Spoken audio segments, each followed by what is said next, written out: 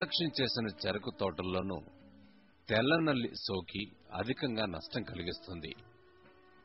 బెట్ట పరిస్థితుల్లో దీని ఉధృతి తీవ్రంగా ఉంటుంది.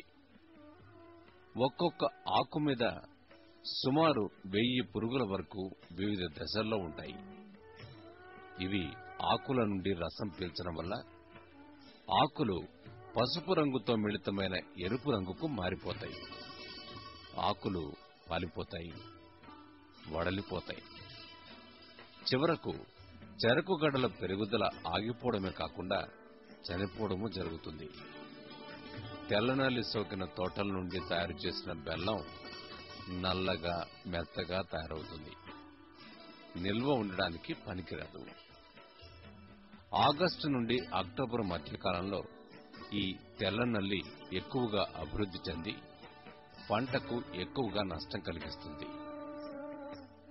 కార్సే తోటల్లో తెల్లనల్లి వల్ల జరిగే నష్టం ఎక్కువగా ఉంటుంది. అదునుకు సరిగ్గా నత్రజని వేయక నిర్లక్ష్యం చేసిన తోటల్లో కూడా తెల్లనల్లి నష్టం అధికంగా ఉంటుంది. తెల్లనల్లి నివారణకు లీటర్ నీటికి 2 మిల్లీలీటర్ల ఎండోసల్ఫాన్ మందు కలిపి 15 రోజుల వ్యవధిలో 2 సార్లు చెరుకుగడ మొత్తం తడిసేలా హెక్టార్కు 1000 లీటర్ల మందు ద్రావణం పిచికారీ చేయాలి.